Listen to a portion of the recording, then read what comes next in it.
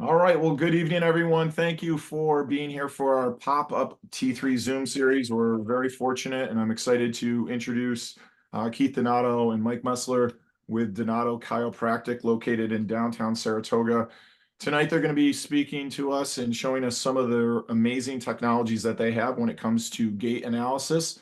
Hopefully, some of their information that they provide you will have you running injury free. And if you do have any pop-up things that maybe some of their recommendations and stuff that they show you can possibly fix some of that stuff. So if you're new to these Zooms, we just ask that you mute. If you have questions, feel free to type in the chat. I will be moderating in the chat. But at this time, I want to welcome and thank Mike, who is to the left of our screen, and Keith Donato. I want to hand it off to them, and they will get us going with our T3 Zoom. Where is your next step taking you? So here we go. Thank you. Okay, thanks. Thanks, Kevin. Thanks for having us.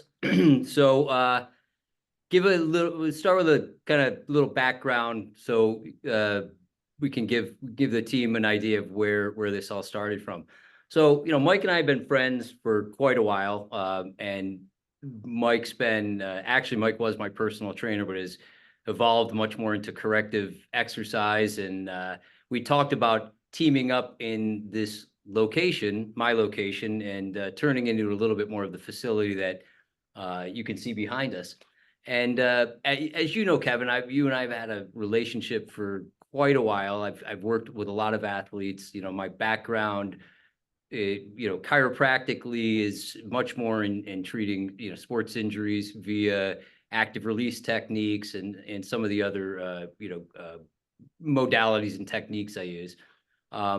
And I'll let Mike talk about himself, but we always thought this would be a perfect marriage, combining what I do as far as working to improve, posture, improving mobility with activations, corrections to work at getting better outcomes. And this is kind of where it sprouted. And so the technology we're going to show tonight, as far as the level of depth of analysis with gait analysis, running and walking, gives us information that allows us to really get to the meat and potatoes of how to improve someone's running form, but more importantly, the treating of the injuries or the preventing of injuries. Because everybody who runs can tell you at one time or another, they've had an injury, they've tried to work through an injury, they've just dealt with an injury and just hoped it would go away. They've stopped running because they've had an injury. And injuries don't happen by chance. Injuries happen due to imbalances, postural alterations, muscular tightness that alter our mechanics, alter our patterns. And then when we go to run, we go to walk, we go to swim, whatever you want to talk about, any pattern you want to talk about, that pattern is ingrained to the point that undoing the patterning is where getting somebody better is at.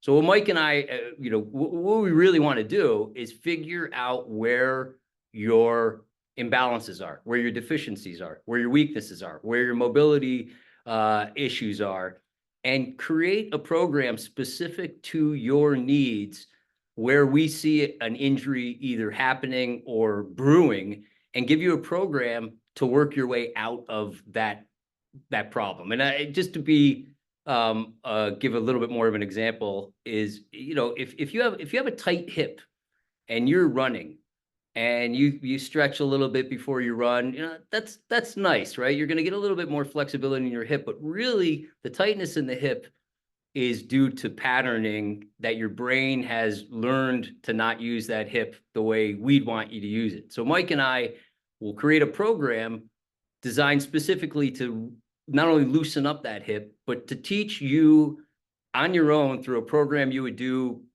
before you run, on the days you don't run, to learn how to loosen up that hip and integrate the motion we're trying to integrate, to start trying to create a proper distribution of work throughout your body as you're doing your activity.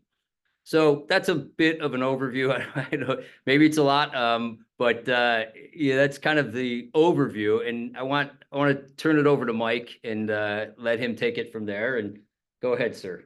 I'm good. So I've been training full time over 20 years, and prior to that, competing for 20 years.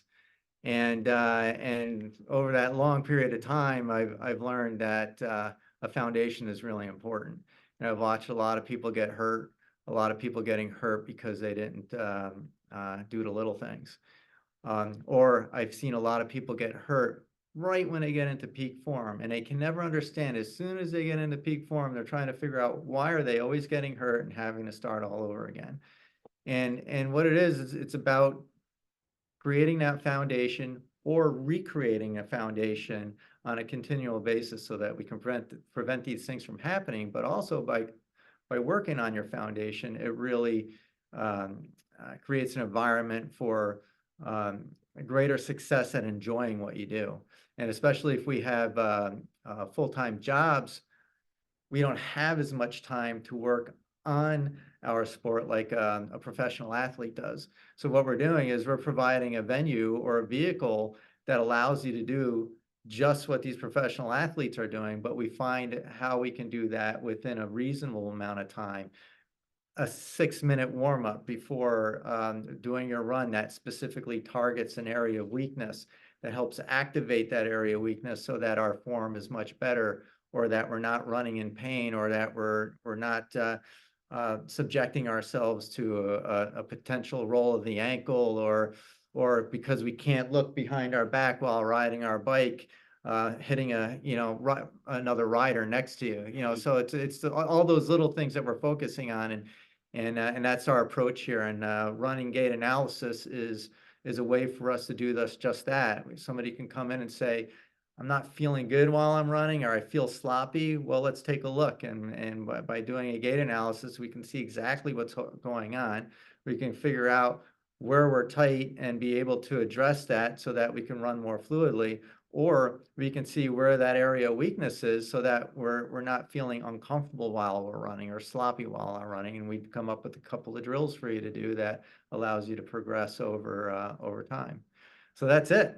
So from here, what we'll do is Keith and I are going to show you what this system is like, and feel free to ask us any questions. And for that matter, before we start, do any of you have any questions before we get into the nuts and bolts here? For our guests that are on, if you do, feel free to unmute, or you could type in the chat, and we'll give you a few seconds here if you do. I hear Well, I crickets. just have a quick question. Is there a way to prevent injury as an older runner when you're experiencing, like bone spurs and arthritis and things like that, just to continue to be able to use your knees and joints? Well, what I would say to that is there's, when you've got, bone spurs and arthritis, so if we're talking about bone spurs, I'd want to be specific about, if they're, ossified or calcified bone spurs. I'm assuming are you talking about in your feet?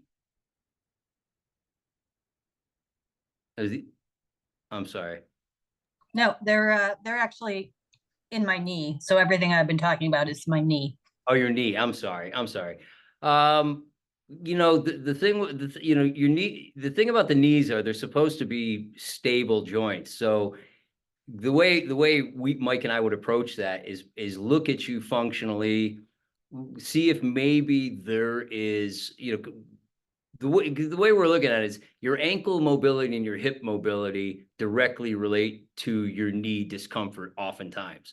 So what's happening in your knee may be because your hip is tight and your ankle is tight and it's dumping workload into your knee. And what's happening at your ankle or hip is what we would focus on, improving mobility and stability at those two joints to take workload off of your knee while providing you with exercises to create greater stability around the knee would be the approach. It's definitely, we try to get data and work forward and see how you respond. A common way to deal with somebody with an injury that I've had success doing with it is doing interval type of training. So we don't have somebody come in and say, it hurts me when I run 3 miles. So you run 3 miles. What you do is you create a program like Mike and I are talking about, say, hey, you know what? Your left hip is tight, your right ankle is tight. This is like causing a functional issue. Let's create a program for you to open up those joints, start doing 2 to 3 minute intervals of running, and then stop and do these exercises again. So you're reinforcing the new pattern that we're trying to introduce. And then you build up the amount of intervals you do at the time you're trying to build up strength in your knee. Now it's kind of again, it's a little bit of an overview, but that's the way to approach something like that without seeing you, but having seen conditions similar to yours. With what Keith's saying, what I'm going to do is I'm going to go to, you all can see the screen, right? The graphics on the computer. What I'm going to do is this is a profile of me running here, right? And when I go to the second page, you'll see now I'm the type of runner that I'm great at speed, right? I can run fast, but I'm also most likely to get injured because of the amount of gravity I have in my stride. And if we go and we look at my gait, you'll see that Mike, let me interrupt you 1 second. Can you hear him well enough, Kevin? I can hear him. Yes. Okay. Yes, we can. Thanks. Just want to make sure. Okay. you can see where this cursor is circling around this area. My right knee goes into valgus. So my right knee on landing will buckle inward. And so if I do a marathon and I'm running like that, eventually I'm going to have either something going on with my IT band or I'm going to have something going on with my right foot after, miles and miles of training. So what I have to do is I have to activate my right glute medius. I have to make sure my mobility in my calves are really good so that my knee tracks straight while I'm running. So when Keith's talking about every so miles, redoing something that'll help that knee track straight, I might every mile, every like 2 or 3 miles. And it's happened to me when I was running, training for a marathon.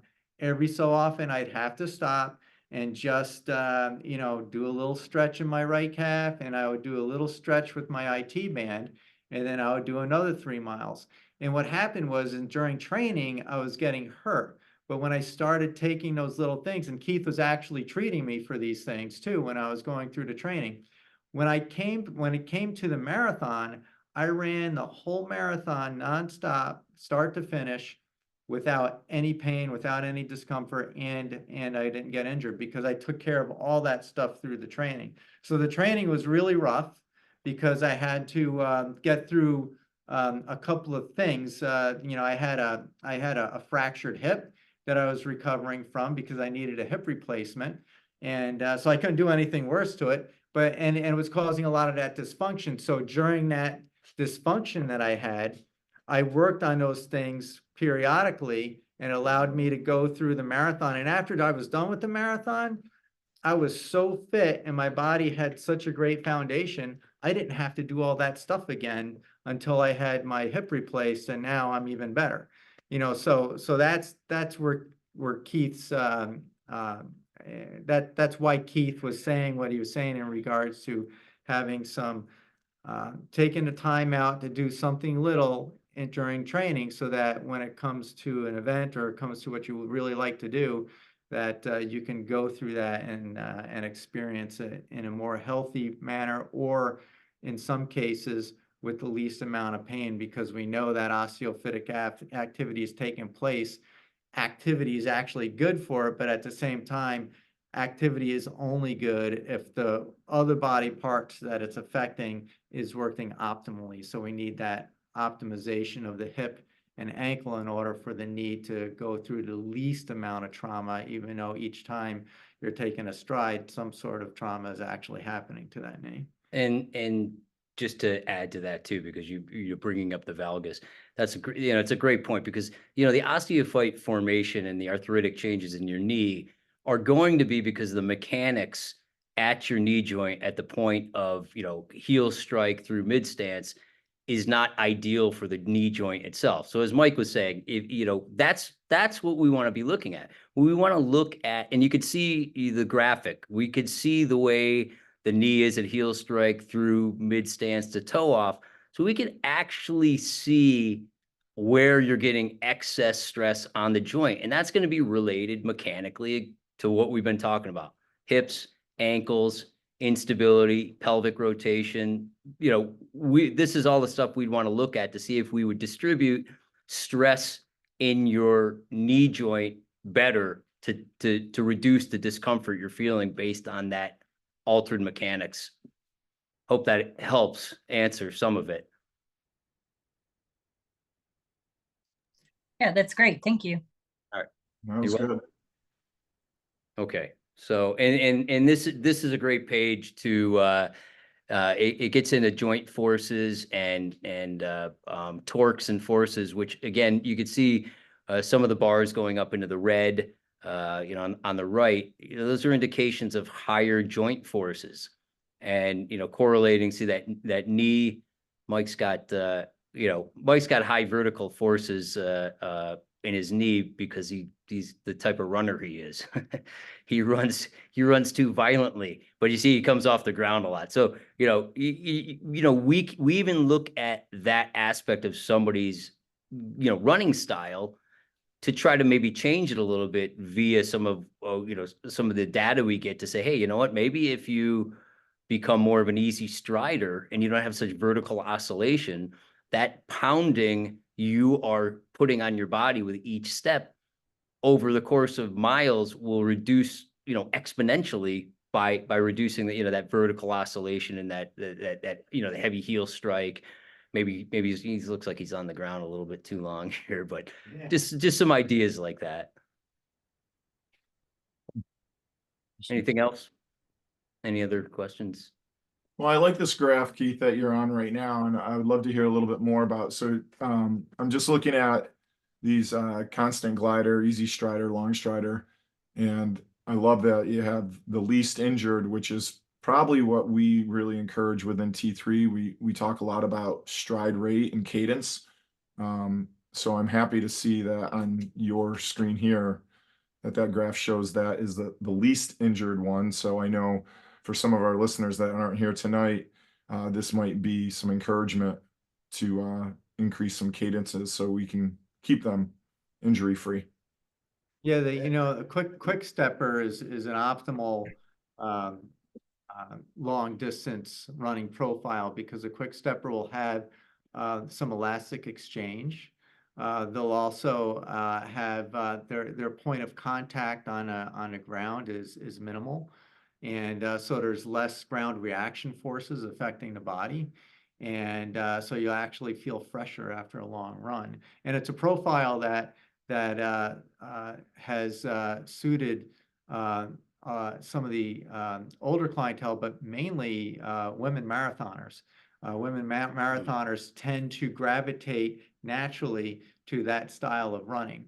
And the Eco Sprinter is great for that as well. And the Eco Sprinter is really good for the shorter distances. If we were working with a sprinter, then we would want them to be a power racer, but we would want them to be a power racer that has a better, a power racer or a very athletic body is going to have a very high elastic exchange. So what we want to do is use that elastic exchange to propel them forward, not up and down. And we want to use that elastic exchange so that they're running on their forefoot and not overstriding so that they're really shocking themselves, shocking their body on impact. So just a few little mechanical changes in their stride can actually add a step to their speed, create a greater turnover in their speed, and also allow them to run a step faster, just with a few little changes in their mechanics. And to add to that too, because I think a lot of people want to run like Mike, be like Mike, but what we can see a lot too with these, people who kind of run a little bit more upright, and I get a little bit more into the postural component of that, because we all are, our postures dictate a lot of what we do. It's not just when we're static, but that moves into when we're running. And you see a lot of runners who kind of have a little bit more of an upright posture, where they seem like they're going up and down more than propelling forward.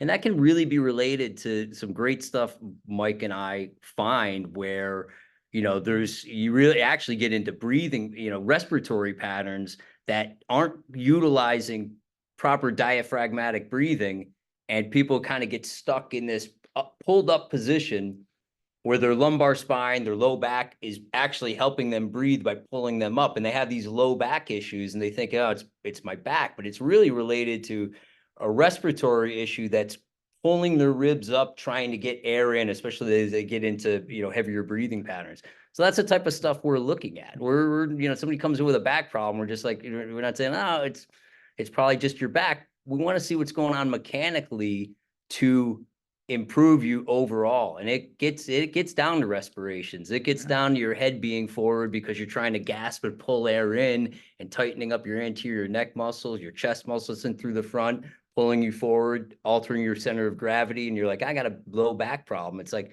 no, you got a respiratory problem, and we want to look at everything. We want to keep you running and keep you feeling good. Yeah. And, before I became a power racer, if you look at the skeleton now, you can see how I used to run. And I needed to recreate my foundation, and with help from Keith, and we talked about how we were doing it. He treated me, I did a whole bunch of drills, and I turned into that other running profile. So this is true. This is my first running test on motion metrics right here. That's how I thought I looked much better than that. Yeah, your pelvis was very unstable. Yeah, we had to take it out and put it back in.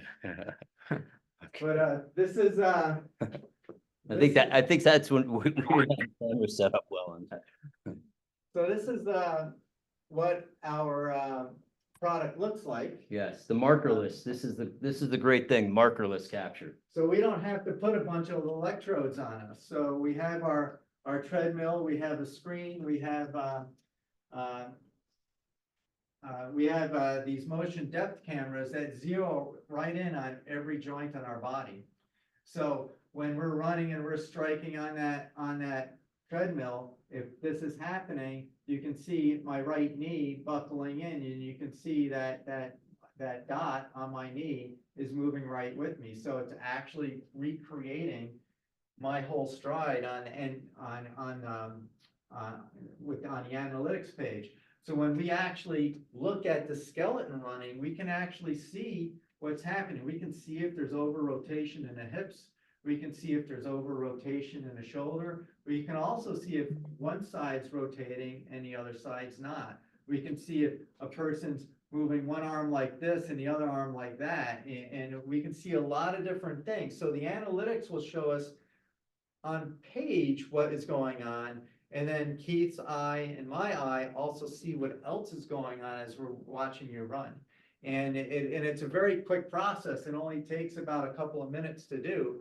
But in that couple of minutes, it tells us exactly what's happening over a 5-minute, 10-minute, 20-minute, hour-long run.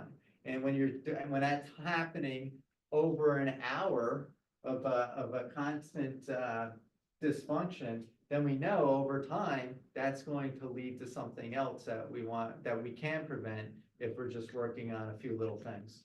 And the treadmill, it's a Sprintex treadmill that is specifically built and designed for exactly what we're doing here with the gait analysis, the motion capture, and it recreates ground forces better than any treadmill. So I know a lot of people, they're concerned because they do most of the running outside, and they wonder how accurate it's going to be in relation to, recreating the way the earth pushes back on us, and that energy exchange between our body and the earth. And that's exactly what this was designed for, was to give that data as close as possible. And most people, when they run on it, initially it's a little odd because the there's no screen in the front, but they feel very comfortable and they feel like they're running outdoors, which we were hoping it would produce. Yeah. Also, Mike, can you pull up another great aspect of this too is so what Mike and I want to do, if you come in, if somebody comes in, we put them through, we'll put them on the treadmill, have them run, we'll get all the data based on the data, and we'll pull you off the treadmill. Well, you'll get off. We won't actually pull you off. And then we'll put you through our own, functional assessments, static testing, motion testing. This isn't 100% of the information that goes into what we create. But based on the data we get from the analysis and what Mike and I get through our testing, what we're going to do next is we're going to maybe do some, active release work on the muscles that we find that are tight, specific to what we're seeing. We're going to do some activation exercises based on what maybe, muscles that we want to activate that aren't doing enough, that is causing some of this motion issue. Then some exercises, maybe some drills. We're gonna tinker with what we believe is causing the deficits, in what's either causing the injury or possibly leading to an injury. But then we can put you back on the treadmill right after we have put you through this routine and test it against the original test. And we're calling it real-time session. So we get data to literally reinforce, all right, you know what? That worked. Do you see the change? We dropped the amount of force in that left hip that was really high up in the red, if you remember that graph.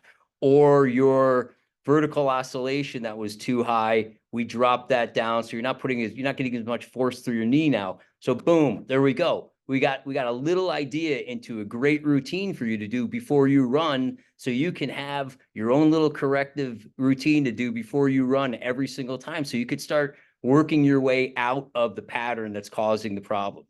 So did you pull that? You want me to, perfect. I apologize. I have to leave, but that was exactly my question. Is like, I go to swim clinics and I learn so much, but I'm pretty sure that after a month I'm back doing the same old stuff that I did before. And so learning this stuff, you find that people actually do make the changes and can keep with it. It's not like I'm gonna be great on a treadmill with little dots, and then I go out and run and I'm doing the same stuff that I've always done. Yeah, well, I mean, that's a great question, because Mike and I are only as good as the compliance and the consistency of the people we work with, right?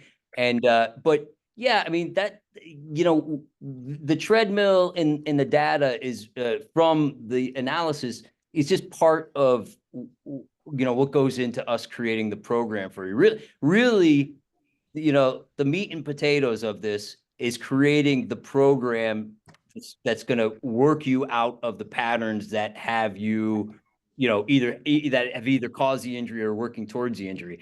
Now that, sometimes that takes a little tinkering. It's not sometimes you come in one time and we've got it fixed. Sometimes you come in and we see 3 or 4 issues based on your data, and we're not going to give you 20 different exercises to do, because then you don't know what's working and what's not working. But more importantly, no one's going to do 20 exercises. So we focus on the most pronounced issue, and say, hey, come back in 6 weeks, stick with this, let's retest you. Oh, great, that cleared that up. That's looking better. I mean, it may not be 100%, but if in 6 weeks it's 30%, 40% better, that shows that we're moving in the right direction. That's really what it's about, because if you're active, nothing's static. It's either getting better or it's getting worse. So if it's getting better, we're on to something. And that's kind of the way we're looking at it. Say, all right, that we cleared that up. That's working. What's still there? All right, let's add this. You can pull that exercise out and add this one in. And it's kind of building this routine around what we see. But it's being really consistent with what you need to do. And we're seeing, and you asked the question, we are seeing results. We're seeing long-term changes, people coming in a couple months later saying they're feeling better, and then the data is showing it. So here's an example of a runner that we were preparing for a marathon. And our first analysis, brought her into a constant glider range, and she's an experienced runner. She's been doing this for a while, but she was always kind of getting injured after she's been running for a while. So she came to us to see what we can help her out with. So she came out to be a constant glider. Her elastic exchange was 18.1%, and her running efficiency was at a B. So when we we started looking into what was going on, we were noticing, she was running on her midfoot, but her cadence was high, but her contact time was also very high. And her stride ratings were kind of a little bit, not so great, even though she still had, okay running efficiency. So what we did was we looked at that and we gave her a couple of drills. One was how to keep her from overstriding a little bit, how to have her land under her center of balance a little bit so that she wasn't wasting effort. That immediately changed her contact time, and it also allowed her to be a little bit more efficient with her running. So when we checked her gait out, there was a few things that came up. Her separation, her feet her feet separation was quite a bit. Even though her symmetry was really good, she was running like she was avoiding hot coals in the center of her stride. So from there, Keith he keyed on a couple of treatments. We did a little more functional assessment with her outside of just being on the treadmill. After Keith did 2 specific treatments with her, and after I worked on cueing her with a couple of stride techniques, not a lot, just I pointed out 2 things to her. And we activated when Keith treated, he treated an overactive area. And what we did was then we gave her an exercise to activate a muscle that wasn't responding because of the tightness in her legs. When we went back and reassessed her, all right, on a treadmill, now this was just over a 40-minute time period, she went from a constant glider to the best type of strider that you can ask for. She became mostly an eco sprinter in conjunction with being a quick stepper. Her elastic exchange jumped up, it doubled. Her running economy wasn't as good, and that's because the elastic exchange came up. But what happened was we improved her contact time, we improved her braking force. There was we were right in the sweet spot. Her overstride reduced. Her stride rating components really increased exponentially. And then with her gait, even though she still had a wide separation and there was a couple things going on, what happened is we created an environment where her joint loading was still okay, but she ended up going through the rest, the 3/4 of the rest of her training and through the marathon totally injury-free, which is the first time that's ever happened to her. And you're talking about somebody who's done a couple of Ragnars and a marathon before and a lot of other running events before. And what happened is just from one treatment, we took care of that. And then she saw us repeatedly afterwards because I actually train her. And so between some spot treatments with Keith and the exercises that I gave her, she was able to stay on it. And she trained with me once a week, but she also did all her assignments before each running event and before each training event. And she was able to find peace with her running. And since then, that was over 1.5 years ago, and she still doesn't get hurt while running.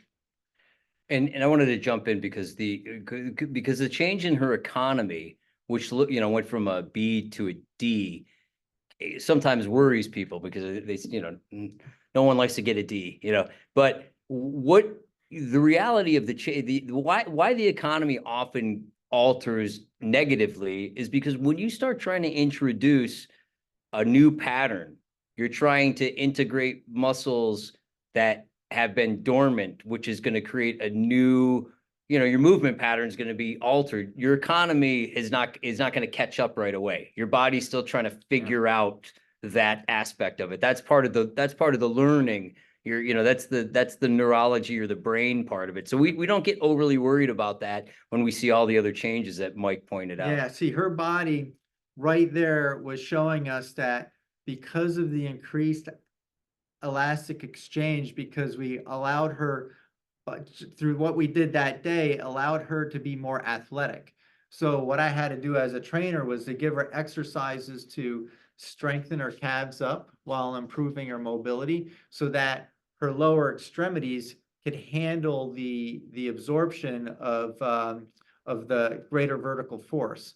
And then the other thing I did was I had to activate her adductor muscles because those were underactive. So she was kind of too tight in her IT bands and her lateral hamstrings and her glute medius muscles. So we had to kind of stretch those out while keeping them activated, but we also had to activate her core muscles more, and we also had to activate her adductor muscles, which slowly brought her in and allowed her running stride to be straighter and more efficient. So that was the first result. And we have not done a third analysis with her yet because she didn't need it.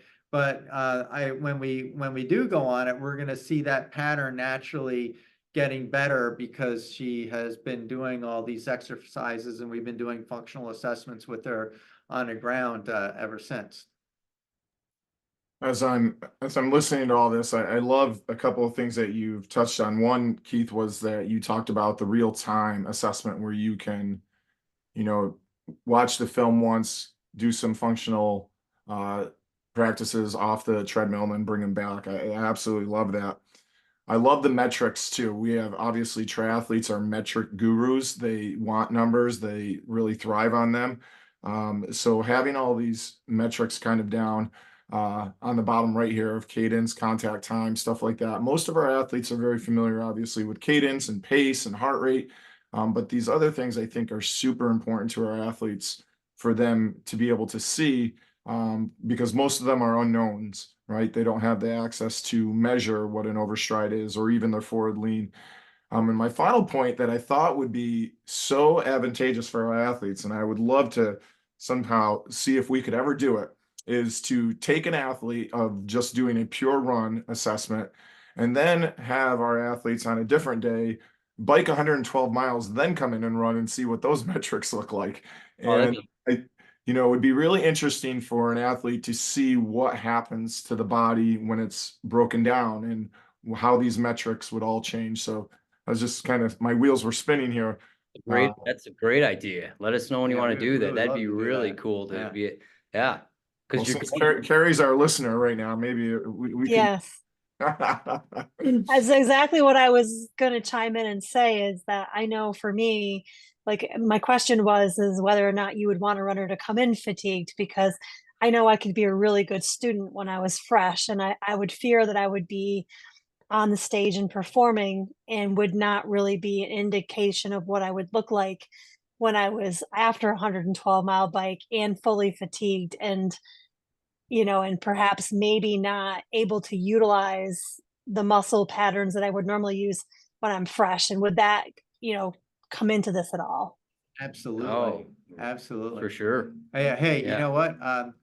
Who uses this? Are you familiar with, football, meaning soccer?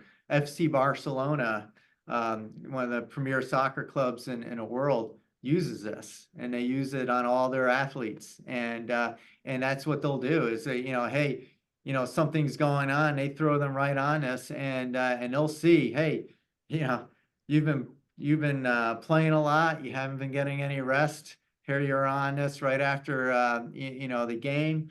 and let's see what's going on. They see what's going on, and they know, all right, you're overtraining here, and this is what's happening as a result of overtraining, or you're so tired, I can't play you on in a full match. You might be good for full 90 minutes on Sunday, but if I play you again on Tuesday in the FA Cup or whatever, then I can only play you for 40 minutes or 60 minutes. So expect that, because we know that if we go longer, something bad's going to happen. You're going to blow out a knee, or you're going to not be able to, jump for that header, and you're going to get crushed, So absolutely, I think that's a great idea. So these are a couple of side questions, but I do want to make sure that our viewers that watch us, one is, how long does it typically take for you guys to do this form of assessment? Obviously, I'm sure it depends on what they're coming to you with. And then also, if you could share with everyone that will watch us exactly where you're located so they know how to find you. So we do our best to do this within about 45 minutes to an hour. Sometimes we're good at that. Sometimes, sometimes, we get into it, but we do our best. We understand people have schedules, and they don't want to be our lab rats for too long. But we've gotten better at it, and we're in Saratoga, 70 Railroad Place, Suite 101A, in beautiful downtown Saratoga. Get here before the Belmont. Or park now. Yeah, park now. But the thing about this that I love from my kind of geeking out about all this movement is no one ever really learns how to run. You know what I mean? We go from lying on our backs to rolling over to getting on our hands and knees to crawling to standing, and then we just start running. And no one, so the patterning that happens is so learned over a long period of time, and that's what's got Mike and I so interested in seeing how we can delve into what we don't think a lot of people spend a lot of time working on, from the specifics of the mechanics and the imbalances and the patterning, and it's difficult. It's not easy to do, because people go, well, I go to the gym and I do a few lunges and I do a few this or I do a few that. Getting the specifics is what's going to keep you healthy, strong, and doing what you love to do if you have a routine that's specific to your needs. And that's exactly what we wanted to create. That's, it's not just a random cookie cutter. It's going to be specific to what we find out about you. And if you come back in a year and retest, we can see where we've got your first test. We've got your test 6 months later. We got your test 2 years later. You can see how you're evolving. Maybe if you're going in the right direction, whatever it might be. And we love that we can have this database that, you don't even have to treat with us. We think it's a good idea if you need to, of course. But if you just want to come in and get the test because you're a geek and you want the numbers, you want to keep an eye on it, you've got a PT you love, you got a running coach you love, got a tri coach you love, of course, you can use us as a resource just to say, hey, look, we got the technology here.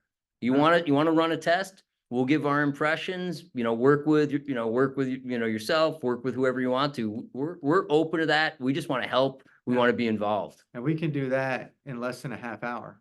So yeah, that's the thing. We get on here, you warm up, you do the run, the analytics come out, and because we've been doing this for so long, we can automatically say this is what we see, or we might just say, give us 24 hours and we'll do a write-up, real quick and give it to you for your PT or chiropractor or trainer or tri coach or whatever, just like Keith said. And this test, will be emailed to you.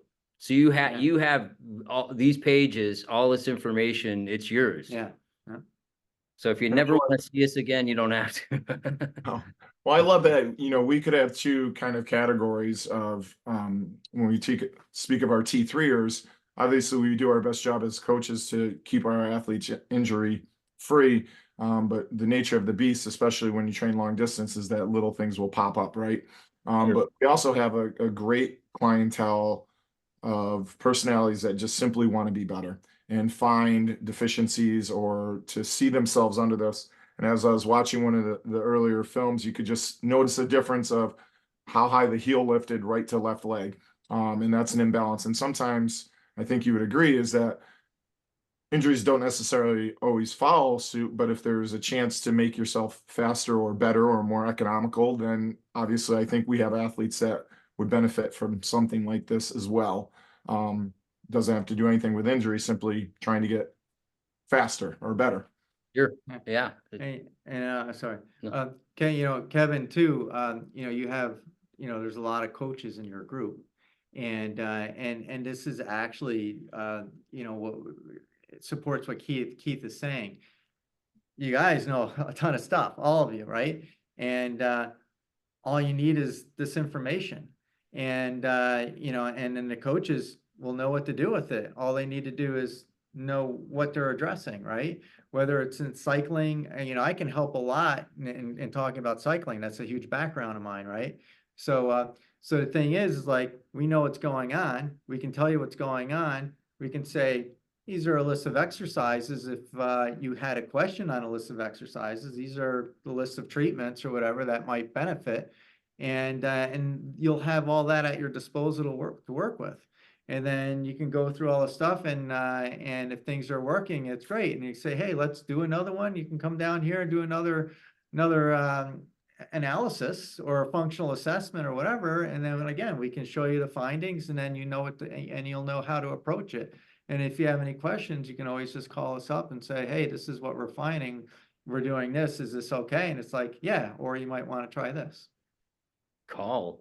Do people make phone calls? Well, email. Yeah, I know my age is coming out here, but is that an app yeah. on this So- thing? Morse code. Does this take phone I calls? do smoke signals. All right. So So I do have a question that you bring that up is as far as cross-pollination and when you do your analysis, especially off the treadmill, would you be able to find weaknesses, deficiencies, imbalances that could potentially, impact cycling or swimming, and be able to prescribe exercises to, correct those issues too?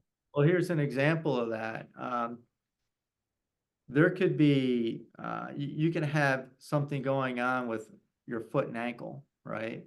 That's showing up in the running. And Keith will look at that and see what the what's going on with the mobility and all that stuff. Well, that dysfunction in the ankle could be causing shoulder pain, depending on what you're doing with that sport.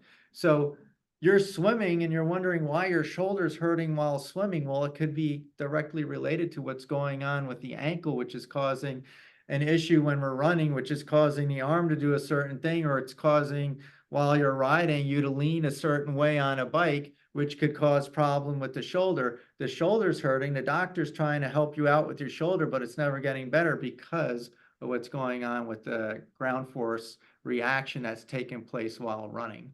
So because of that, each time you're doing something, it's affecting your mechanics posturally.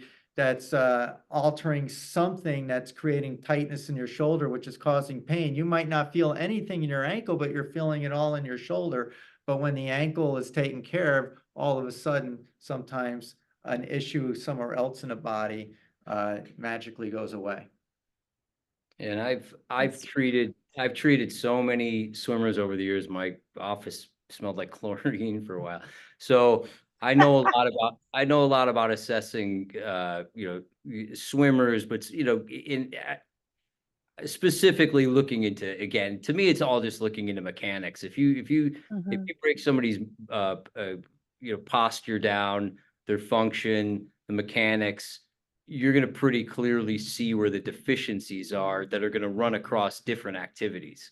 And that's the way we look at the entire body, in the sense that we're going to find deficiencies that you may not even realize are part of running. Let's say if you come in and I treat so many people who come in with an injury here, and it's really coming from over there, and it's going to be the same for anything: swimming, running, biking, name the activity. So we look at everything for sure. Perfect. No, this is awesome, guys. And, I think we have a thorough snapshot now of one, what you offer, and who our athletes would be working with and where you guys are located.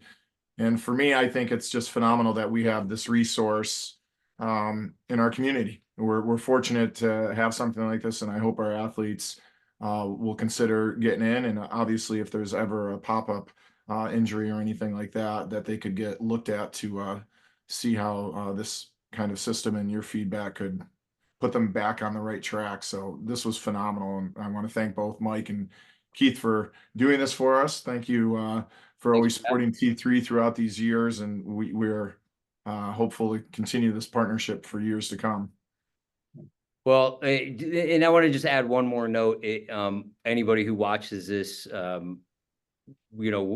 feel free to reach out to us. Don't call, but email or text if you have any questions. We're happy to answer, give you any information, help, point you in the right direction, give you our take based on our experience about what might be going on. If you're not sure it's something we could help with, why we could, anything like that, use us as a resource. No, no obligation, but I've always loved working with Kevin, and any way we can help the team be more part of the team, help you guys be successful. That's what we want to be known for. Well, that's awesome. Well, we thank you again. This was awesome. I will be hitting the stop record here in just a minute, and I will be sharing this with our team as well as you guys. And I want to thank you. This was awesome. And I think we might have some people showing up on bikes next time instead of worrying about parking. Yeah, good idea. All right. Well, from T3, we want to thank everyone. Donato Chiropractic, Keith, Mike, appreciate it. Have a great night, everyone. Okay, thanks. All right. you. Thanks so much.